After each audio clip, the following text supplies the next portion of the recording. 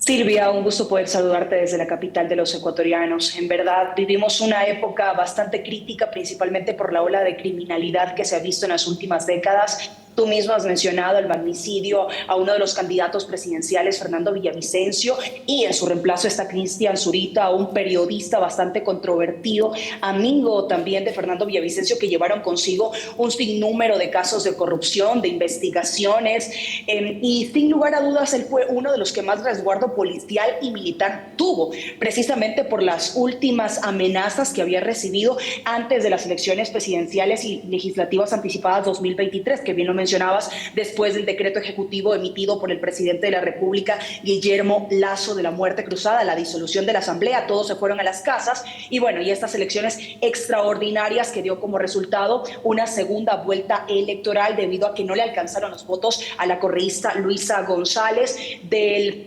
13 millones de votantes que estuvieron habilitados para acudir a las urnas, tan solo fueron el 82.2% según el registro del Consejo Nacional Electoral, y hasta el momento, con corte hace poco, el 93% de votos escrutados da como ganadora de primera vuelta a Luisa González, la candidata de la Revolución Ciudadana Lista 5, que justamente tenía un 33,32% con el 93 de los votos escrutados, y Daniel Noboa, bien lo decías, la sorpresa electoral, y con él hay algo que investigarlo, porque después del debate presidencial que se desarrolló con los 7 candidatos presidenciales después de la muerte de Villavicencio, hubo una especie de enamoramiento por el candidato, debido a su parsimonia, a la tranquilidad al momento de responder, fue claro en algunas preguntas, también no fue controvertido al momento de repreguntar, y eso hizo que mucha de la ciudadanía se encante con la forma de expresarse de Daniel Noboa. Encima él tiene bastante historia también por parte de sus padres. Álvaro Noboa fue un empresario millonario acá en el país, que por varias ocasiones se lanzó para la presidencia de la República, siempre llegaba de segunda vuelta, pero nunca ganaba las elecciones presidenciales. Y bueno, ahora tiene la oportunidad de ganar, quedó con un 23,65%. En la segunda vuelta va a ser bastante reñida la situación, porque ese 33,32% que se encanta no solo por Luisa González, sino por el correísmo, principalmente por Rafael Correa, que es una figura que endosa los votos a los candidatos. El candidato que coloca se lleva casi el porcentaje de los votos de Rafael Correa. Y bueno, y Daniel Noboa, que me imagino que va a hacer ahora alianzas estratégicas, acuerdos de gobernabilidad, también con los candidatos presidenciales que ya pasaron, como Jan Topic, con otro como Cristian Zurita, va a tratar también de coalicionarse, y lo más probable es que el voto anticorreísta llegue a ganar en esta segunda vuelta que se va a desarrollar este domingo 15 de octubre en Ecuador. Laura, bueno, sorprendió por la situación de incertidumbre, de tensión, de crímenes, que vaya el electorado a votar. Lo hizo con miedo, pero fue a votar. Y por otro lado, tener en cuenta que quien asuma después del balotaje lo hará por 18 meses porque tiene que terminar con el mandato de Lasso, ¿verdad?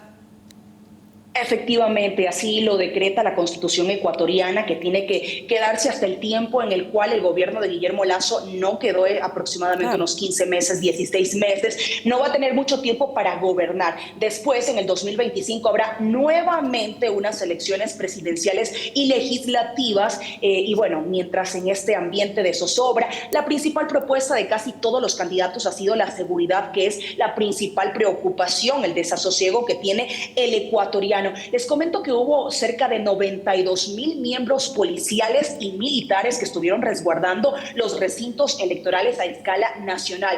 Encima también los observadores electorales, el cuerpo diplomático de la OEA, de organismos internacionales, que también estuvieron en Ecuador tratando de velar y transparentar estas elecciones. Uno de los primeros en aceptar su derrota fue Jan Topic, que quedó en cuarto lugar, ya según los votos escrutados. En tercer lugar quedó Cristian Zurita, que muchos también lo corresponden al voto pésame, al voto donde la gente trató de seguir el legado de anticorrupción de Fernando Villavicencio, y se encantó también por las propuestas de Cristian Zurita, el nuevo candidato que fue avalado también por el Consejo Nacional Electoral y aceptó su candidatura en poco y está en firme, ¿no? Ese es más o menos el panorama que se vive. Nosotros tenemos ya 2 candidatos claros. Vamos a ver cómo se desarrollan nuevamente las campañas electorales en un ambiente bastante tenso. Daniel Noboa fue acompañado de su esposa con un chaleco antibalas, y no solamente ese chaleco antibalas lo llevó para ir a votar, a sufragar, sino también lo llevó en el debate presidencial. Él menciona que ha recibido amenazas de muerte, y es bastante caótico tener un panorama así. Encima, no solamente han sido los candidatos presidenciales, también candidatos de departamentos seccionales como alcaldías que han sido asesinados. El alcalde de Manta, Agustín Intriago, también hace aproximadamente un mes fue vilmente asesinado cuando estaba recorriendo las calles del país. Entonces vivimos en una crisis de criminalidad, pero una crisis política también bastante fuerte, que ahora el legislativo también ya se va configurando de varios partidos. El correísmo no está completamente fuerte, y si llega a ganar Luisa González, de alguna u otra forma debe realizar acuerdos de gobernabilidad en el legislativo, y si gana Daniel Noboa, de igual manera. Claro que sí.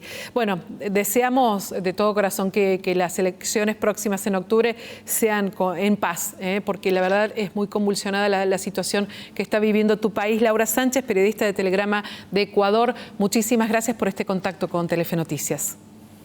Muchísimas gracias a ti, Silvia. Un abrazo desde Quito.